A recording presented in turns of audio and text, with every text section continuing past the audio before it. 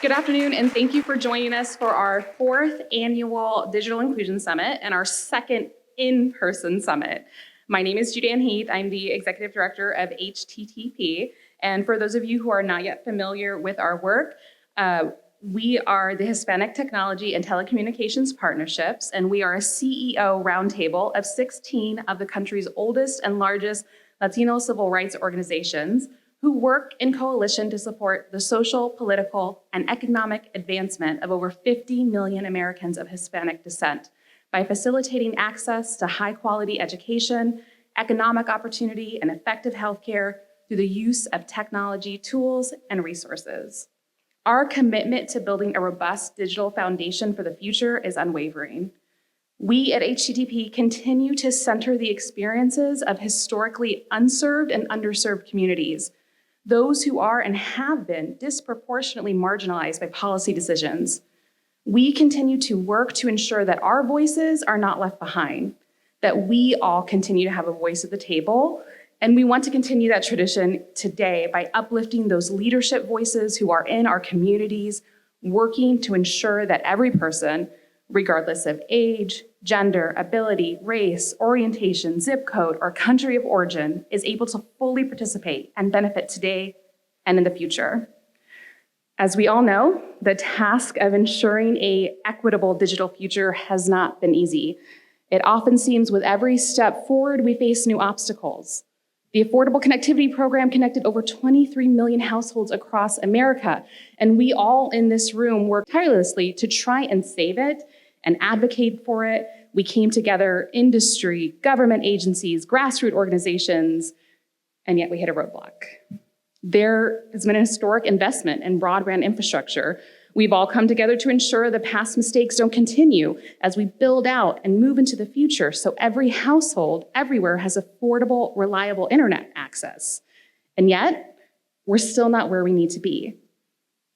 Artificial intelligence is here, we're using it every single day, we're interacting with it for work and fun, and yet a 2023 Pew survey found that only 30% of US adults could identify the presence of AI in 6 familiar consumer products.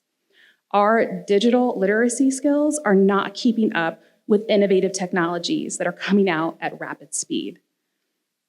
To another study, Latinos are projected to represent 78% of the net workers entering the US labor market between 2020 and 2030. And yet, we still find ourselves in our community not adequately represented at every level of the tech ecosystem. So today's Digital Inclusion Summit hopes to talk about these obstacles with some of our brightest multicultural leaders and to discuss solutions to these challenges, to have a conversation with each other, with industry, government agencies, civil society, on how we can equitably and positively move into the future and ensure Latinos and every marginalized community can be at the forefront of this tech revolution. So I'm so grateful for our panelists, expert panelists who not only bring solutions and urgency and hopefulness to achieve a tech future that benefits all. We also invite you to join the conversation on Twitter or X, Instagram, sharing, commenting, using the hashtags DIS24, Tech para Todos, Inclusive Tech Future, and then tag us at HTTP_policy. And additionally, we will be recording the panels today for those who aren't able to attend, and these panels will be online soon on our website and on YouTube, where you can also watch our past summits and our roundtables. And as we begin today, I want to take a moment to recognize our underwriting partners, the leadership of HTTP member organizations, our executive board, some of who you'll hear throughout the event, and our mission-aligned partners featured throughout the program who make today's event possible. So thank you all for your support, your ongoing partnership. I also want to thank Chris Rodriguez, Alexa Rivas, our Law and Policy Fellows, Ruben Alvaranga, our Digital Equity Intern, and all of you who are here today. Thank you for making today possible. So without further ado, I'd like to introduce the moderator of our first fantastic panel to discuss innovative solutions when it comes to digital equity, Senior Director for Center for Civil Rights and Tech at the Leadership Conference, Alejandra Montoya-Boyer.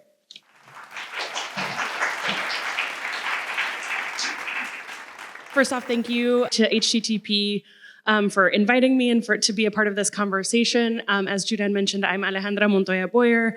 I'm the Senior Director for the Center on Civil Rights and Technology at the Leadership Conference for Civil and Human Rights. And at the center, we really are trying to respond to the emerging and ongoing needs for civil rights communities, for marginalized communities, and the impact that AI, digital equity, and other emerging technology is having on our own communities and broader society. So I'm really excited to have this conversation. As we heard from Vice President Harris, we're in this moment of historic investment and really emphasizing the need for broadband and digital access. We know that any issue connected to technology and beyond, whether it's economic development, workforce, education, starts with access to high-speed, reliable internet.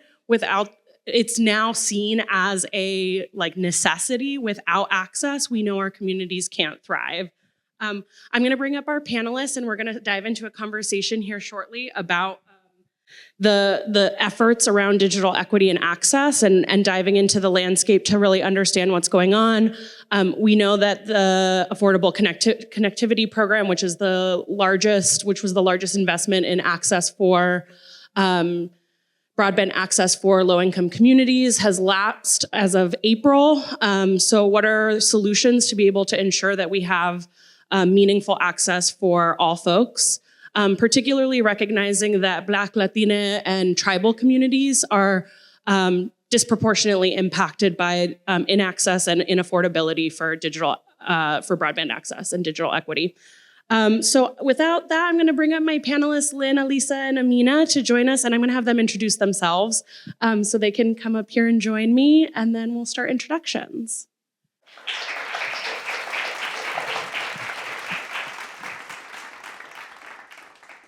All right, Amina, we'll start with you.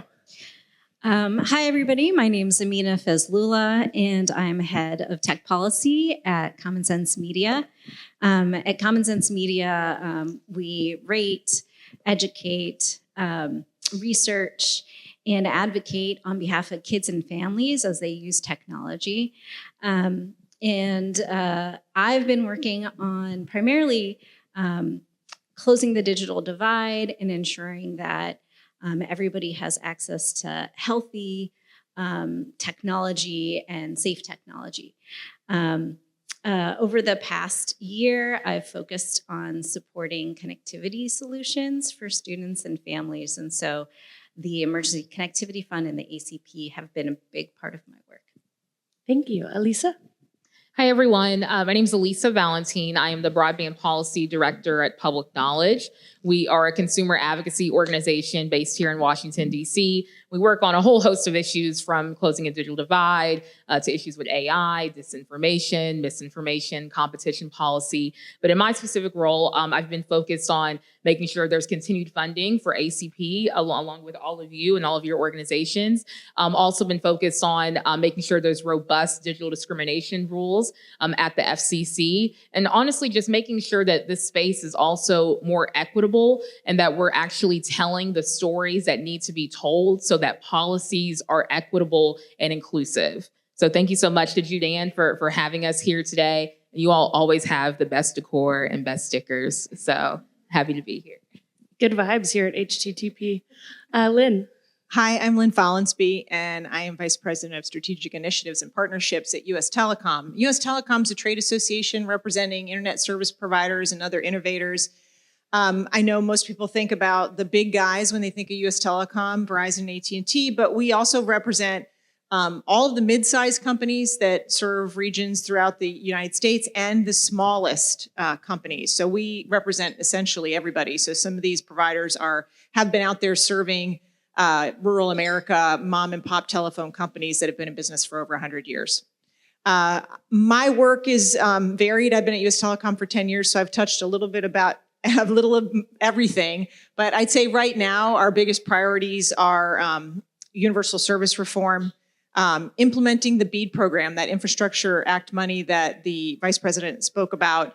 We want to make sure that that actually gets to the right places, that it is used in an efficient way so that we can finally close the digital divide and serve all of those parts of America where folks don't have access. Thank you. So to start off, I mean, there's a lot of different things swirling around broadband access, ACP, USF, private companies, public-private partnerships. So Elisa, would you mind kind of laying a little bit of the landscape and setting the groundwork for the conversation today, where we are? Yeah, sure. So as we've heard a little bit today, with the infrastructure law, there's $65 billion of funding for broadband access. That's what we're thinking about: infrastructure, broadband affordability, as well as broadband adoption. There's the BEAD program that Lynn just spoke about, which is supposed to help us build out infrastructure in unserved and underserved communities across the nation. So that's largely our rural communities. There's also was $14.2 billion for the Affordable Connectivity Program, which helped low-income consumers be able to adopt broadband. It was a $30 subsidy, robust subsidy. 23 million households were enrolled in this program. It was incredibly successful across red states, across blue states, urban communities, and rural communities. And then also there's the Digital Equity Act funds, which is about $2.75 billion. And you know, it's funny when we think about it, we just throw out these numbers like billion, like it's nothing. That's a lot of money, right? $2.75 billion to help folks be able to adopt broadband. Now, a lot of that money is being funneled through the states. There's a lot of state broadband offices now. And as Lynn said, it's really important that we make sure that those funds actually go to the communities most in need. As it relates to something I know all of us on this panel have been focused on quite a bit lately, is the Affordable Connectivity Program. We need both short-term funding as well as long-term funding for this program. It is, again, a program that has helped millions of people across this country. And it really was an investment, again, in all communities across this nation. And we really need Congress to act to make sure that we get continued funding for this program because it's widely successful. Thanks. Do we want to add anything, Amina or Lynn, before we dive into more questions? No, okay. Just double checking. Yeah, so I guess let's start with, I hate to start with the political, but let's start with it. So has been a lot of support on both sides from both parties around ACP and USF. There's been a lot of moments in this fight where we've thought that we were coming to a compromise and we're going to be able to move forward. What's missing? Why aren't we able to kind of pass meaningful legislation? What are the missing pieces of the puzzle around these disagreements, and what are the solutions to help us bridge that? Amina, let's start with you. I wouldn't start with saying what's missing. I think it's been a continuum for this effort.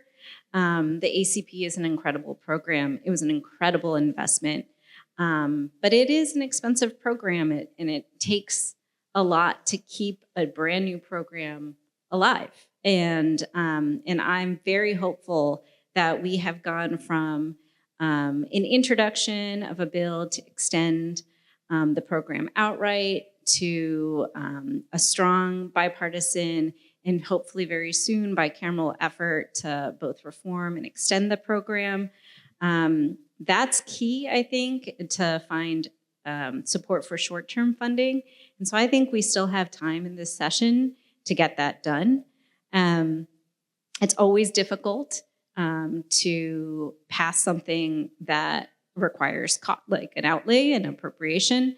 And that's why simultaneously, I think it's going to be really critical for all of us to engage in USF reform, which is, as of now, probably the most likely, the best vehicle to be able to support a broadband affordability program in the sort of likeness of ACP. But it's going to take a few things. It's going to take all of us in this room and everybody watching online to continue to keep up the pressure on Congress to make sure that their members understand that this is a program that has served millions of households in their districts and their states, and to make sure that we take all those voices of folks who've been helped and bring them to all those members of Congress. And And in a way, we're lucky that this is an election year, because I think that means that our representatives and our senators are probably going to listen a little bit more closely to us. So I think it's really important for us to take advantage of this moment and use the summer and the fall to really have everybody hear that ACP is really critical and really important. And even though the program has lapsed, there are real consequences to leaving it unfunded, and that we can't wait for that. So I think there is a political opportunity in front of us, and I think we've done the work as a community to get to a place where we have a bill that is, I think, strong and demonstrates bipartisan support, which I think is critical. Thanks. Lynn or Elisa? Yeah, we have been big supporters of the ACP since the beginning. It obviously has been a tremendously successful program, and I think it's just, I think I would agree with the issue in Congress, right? That there's trying to create this sense of urgency for them has been very difficult, and a program like an affordability program can't exist year to year waiting for appropriations. It needs to be sustainable, reliable. The consumers who use it need to know that it's going to exist well into the future. So we have been big advocates of ultimately, if we get some short-term funding, to go through the process of USF reform, which would involve contributions reform, to put the ACP into the USF. Unfortunately, yesterday, a little bit of a hiccup because the Fifth Circuit decided that there were some constitutional issues with the USF, which, given that it's been around for 30 years, it's sort of shocking that they would come to this conclusion. But, we live to fight another day. And I think what that decision does, and we'll see how the FCC, it's remanded back to the FCC, so we'll see what their actions are. But, what it does is it puts a finer point on the fact that Congress needs to act. And they need to act now. Because if a court is saying that there are problems with the legal basis for the USF, we need to make sure a world without USF, even ACP aside, is a terrible thing. It creates a huge gap for consumers out there in rural America to have access to broadband. So it is really incumbent upon Congress to do something and do it very, very quickly. And I'll just quickly add, there's been, again, this is bipartisan effort, but at the same time, we just need people to step up. There's been a lack of real, political courage. And as you all know, oftentimes members of Congress have their various projects that they have in mind that they want to move forward. And there's been a lot of them attaching various things to these negotiations. But at the end of the day, again, this will be a win for literally everyone. 23 million households were enrolled in this program. And I think it's right to lay this at the feet of Congress. And I think it's important, if you all are working for community organizations, to make sure that constituents across the country are weighing in with their members of Congress about how important this program is. Yeah, I think it can't be unemphasized how critical it is for government action. That being said, what are some of the opportunities we're seeing in terms of what public-private partnerships are looking like, or solutions coming from the private sector directly? And Lynn, we can start with you.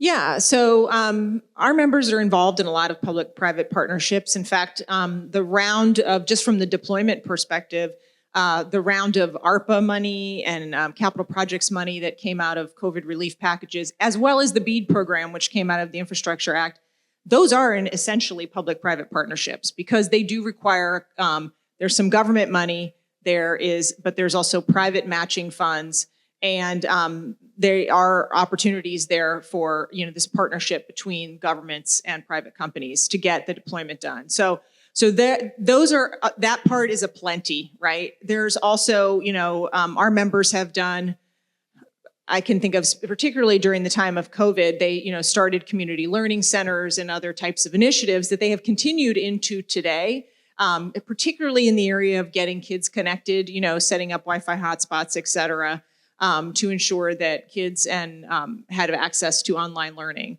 These things are just continuing to grow. It helps when there's government money that helps support some of these initiatives.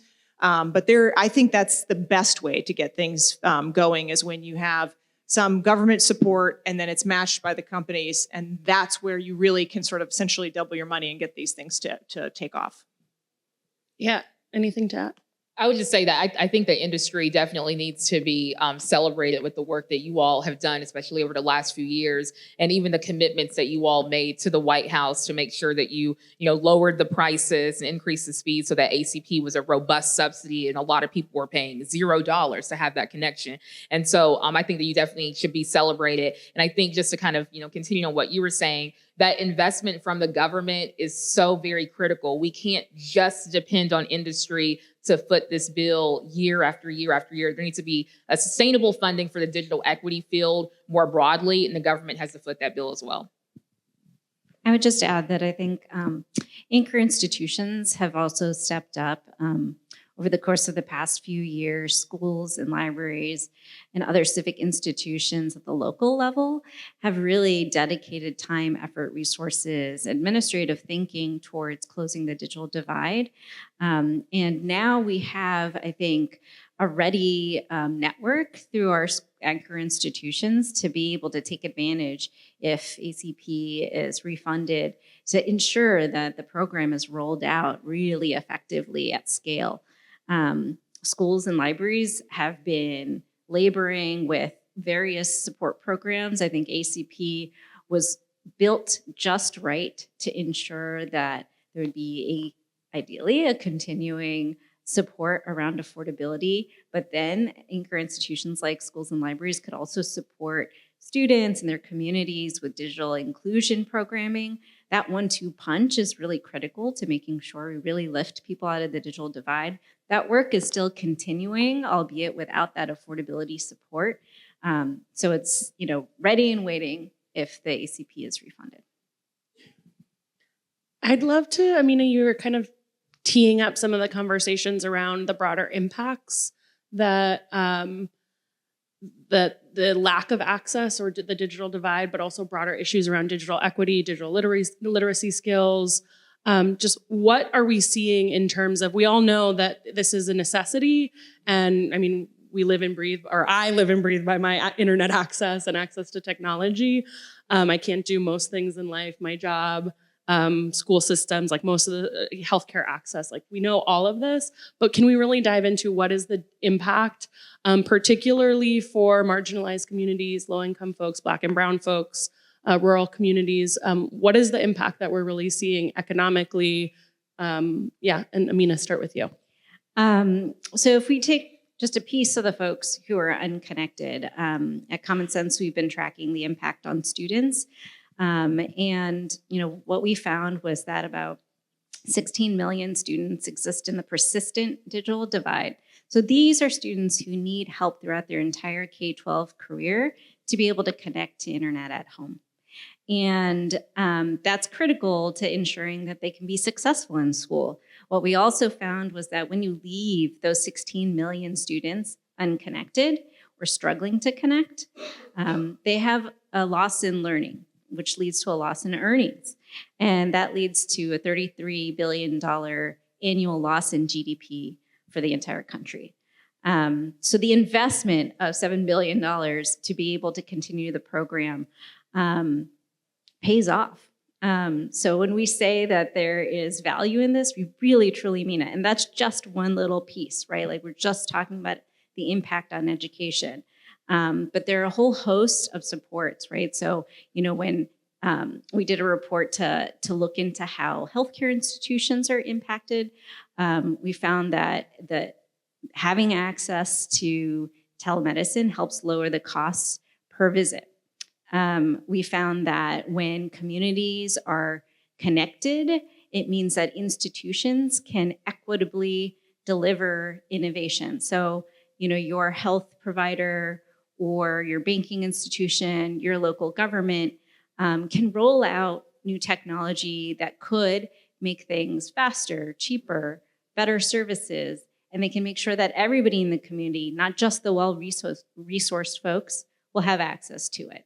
And that's really critical as we're talking about new technology. So if I take a little bit of a leap and talk about AI, we have an incredible opportunity right now where government has moved forward with investments in both infrastructure and digital equity.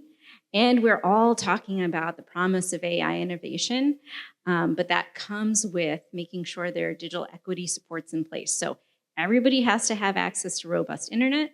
Everybody has to have access to devices and training. And by the way, we have federal dollars who are out there to support just that.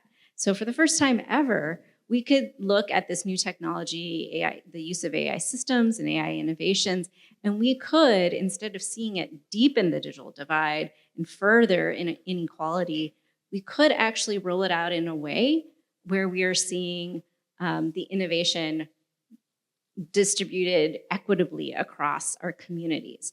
But that takes both the investments in infrastructure and the investments in affordability to ensure that everybody actually has access.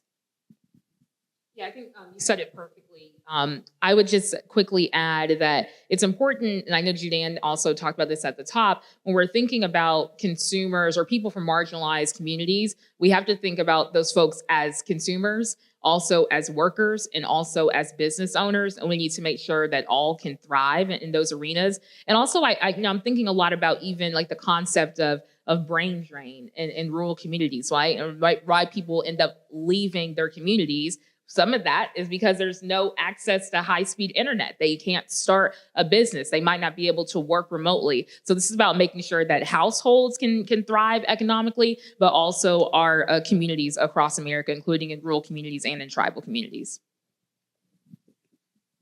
Yeah, I would add that's very true, particularly, I mean, in the rural point you make is so good. And I think what Amina was saying is access to robust, right? We want everybody, no matter where you live, to be able to have high-speed internet so that they can access all of the cool things that are out there to access, right? You know, everybody deserves to have that. So there's a piece of this that in addition to, you know, I'm wearing my internet service provider hat, right? In addition to all the money in the public-private partnerships, there's things that could happen at the FCC to help providers be able to modernize the network so that folks aren't stuck on old types of service, right? That doesn't provide them with the most robust service that they have. And there's, you know, we can get into the weeds about what some of those things are, but I think, you know, there should be, in addition to closing the digital divide, there should be this real access on modernizing networks and the regulatory environment so that those things are possible. And, you know, I would say it's akin to if you lose service in a rural area, people leave, like what you were talking about. And that's an economic failure. And that just should not happen. No matter, you know, you should be able to live wherever you want and still have the same access. And I would just add that, like, one thing that's really exciting about the ACP and BEAD and the way these programs were designed to be paired together is that the investments in BEAD, when paired with ACP, help drive connectivity into communities that didn't receive it before. So, you know, put simply, ACP makes it easier for providers to be more ambitious with their plans for deployment. It drops the cost per rural household by 25% for deployment, according to our research. And, you know, that's really important to understand. It's not just about connecting folks who currently have access and making sure that they can continually afford internet month over month. It also supports deployment in making sure that communities that were left behind or communities that need to be upgraded have access to affordability programs after that's built, so that the return on investment flows back into those providers who decide to go into these communities that are hard to reach. And if I could just quickly add on your point, Lynn, I think it's important also that we think about resilient networks, right? We know climate change is real, right? And we saw the study from the EPA a few years ago that talked about, you know, the folks that are most likely to be impacted by climate change are communities of color, right? So when we're building resilient networks, that's a racial justice issue. Just like when we're talking about with ACP needs to be funded, that is an economic justice issue. Yeah, I would agree. And honestly, I've been obviously have USF on the brain. So I will say that that's one of the things we've advocated for in USF reform would be some focus on resiliency. And I just, for those of you who are not aware, that there's this is a big significant court decision yesterday, and the issue with it really is that a world without USF means that rural providers who really would not otherwise be able to serve those communities, that's what keeps them. They don't just get to build the network, they get to keep it running. We want them to keep those networks running. And this is going to be true post-BEAD, because BEAD's going to provide service to some of the hardest to reach areas in the country. And the USF needs to be there to back that up, both from the, not just from the high cost program perspective, but the other programs as well. And so this is really, something that it should be on the top of everyone's mind and should be on the top of Congress's action list. Yeah. Amina, you brought up a point that, or you're talking about digital equity and broadband access as a foundational in a conversation and landscape around AI and emerging tech. In the media, on the Hill, in so many spaces, AI, including at the Center for Civil Rights and Technology, AI has taken over the conversation. We spend most of our time responding to, how do we ensure guardrails and protections for marginalized communities, balancing the opportunities and innovations that AI has, on top of an already very, for advocates that are working on many issues, economic justice, climate change, climate justice, reproductive justice, like all of these things that are deeply intersectional. How do we maintain strategies and prioritization for digital equity for broadband access when it's maybe not the sexiest topic of the moment in tech policy or in the broader landscape? What are some strategies for making sure that we're not jumping straight to AI or other issues in the tech policy landscape?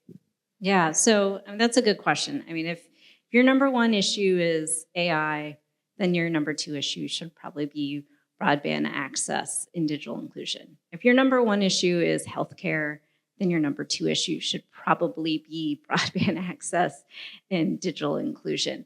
If your number one issue is about banking access and financial access, and your number two should be broadband access and digital inclusion. I think you know where I'm going with this. The internet underpins all of our essential institutions. It is driving innovation, it's helping lower costs, it's helping improve services. We can't equitably deliver those improvements across the country if we don't have the underlying infrastructure in place, and if people can't afford accessing that infrastructure once it is in place. And then, not to belabor the point, but we also need to make sure people know how to use the technology safely and effectively. So those three things are so critical to pretty much any issue that probably anyone could throw out at me. And that's why it really should be your number two. If you're not here just for broadband deployment and access and inclusion, that's okay. But this can be your number two. Yeah, I would just say, it's important for us to not have these conversations in silos. And I think that's what happens a lot in DC. And then also, on kind of the federal agency sort of perspective, I think it's also important that there's more intergovernmental coordination on issues like digital equity. We saw that a lot, with the FCC, during the pandemic, and making sure that people knew about and signed up for ACP. But those sorts of efforts need to continue. Yeah, I would agree. I think that the federal government has a lot of different programs out there that are doing great things, and they need to just make sure they're all working together and working efficiently so that they are the most effective they can be. Thank you. I want to turn a little bit, we have mentioned a bit about digital literacy skills, but a broader look at digital equity beyond just access. How are we making sure students, workers, consumers, business owners, not only have the meaningful, reliable, robust access, but they're actually able to use those tools to enhance and augment the work that they're already doing. So what does that look like? What is training and resourcing our communities beyond just broadband, but knowing how to use those tools as well look like? I think digital literacy is deeply intertwined with the success of any kind of deployment program, and then any affordability program. So I was really excited to see that the Infrastructure Act had contemplated infrastructure deployment alongside affordability, alongside digital equity. And for the first time ever, we have digital equity funding that is just rolling out. Just this week, the NTIA announced their notice of funding opportunity for the competitive grant program in the Digital Equity Act.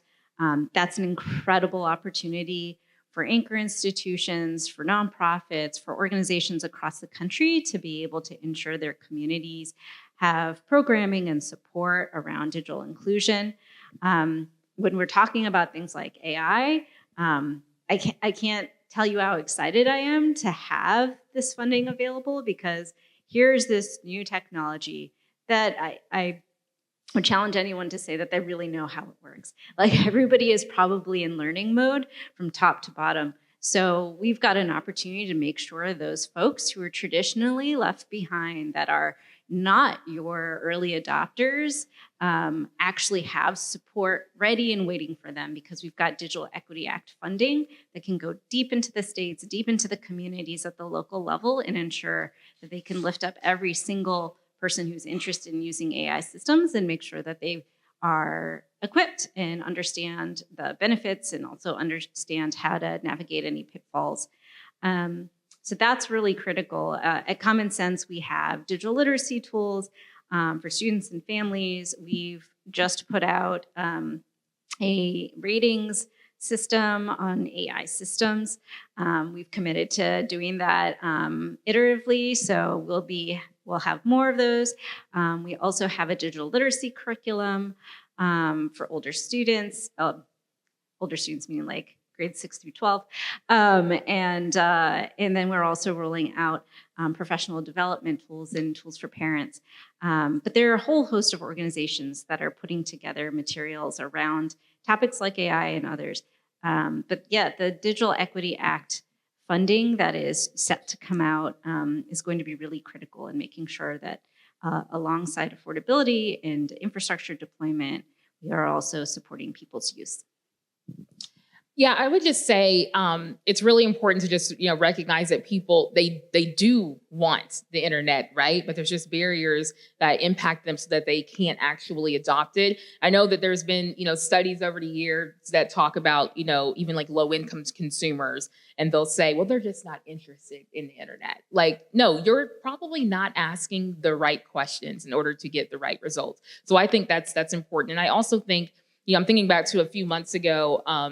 That might have been April or so. There was a piece that came out in the Wall Street Journal, and it talked about the Affordable Connectivity Program. You all probably remember this piece. And it talked about the fact that it was just a Netflix subsidy, essentially.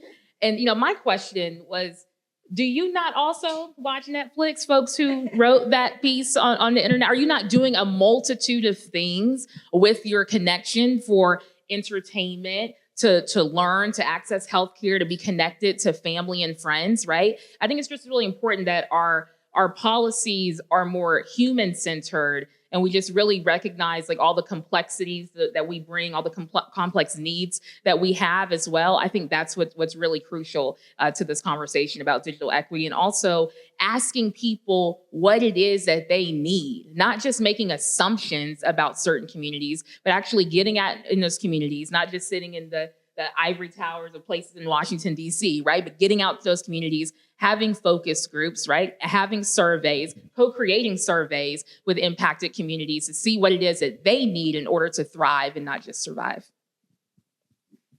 Yeah, I would agree. I'd say that that's incredibly insulting, that article. But also, some of the most successful programs that our members have engaged in have been where they partner with public libraries and other nonprofits to find out what is needed in terms of digital skilling, and then work from there and create those opportunities for folks. Great, thank you. So we've talked a lot about the political and policy landscape, what industry is doing, why we need all of this, the impact. So to kind of round it out, I'm wondering, what can advocates do about all of this? What can community organizations, individual people, activists, what can we be doing to respond to the challenges around the digital divide and to build a future with digital equity for all people. And Lynn, we'll start with you, not to put you on the spot.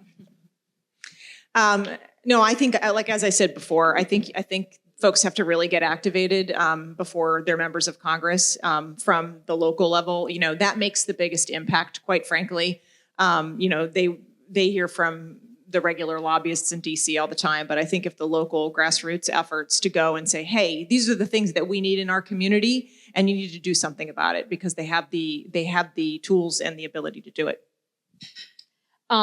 Yeah, like I said at the beginning, I just think that storytelling is really important, and stories are what impact policies. And also, there just also needs to be more diversity in the tech and telecom policy space as well, right? Because a lot of panels don't look like this, with all women sitting on a telecom policy panel, right? I think that's really important. I think part of the reason that we're in the situation that we're in, and we're still talking about the digital divide, years and years, decades after Larry Irving, a Black man, coined the term digital divide, is because the right people haven't always been in the room to make various decisions. And I know that I see Commissioner Gomez is here today. I know we'll be speaking to you all in a little bit, but that's what representation matters, right? The stories that she brings from her past and things that she's experienced, family members have experienced, the way that she gives her remarks in both Spanish and English at FCC meetings, that matters. And that impacts the next generation of leaders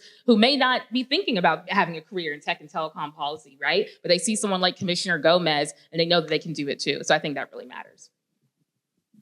I would just add that there is opportunity for everybody to join in supporting the ACP. So if you represent a company and you don't work on tech issues, that's okay.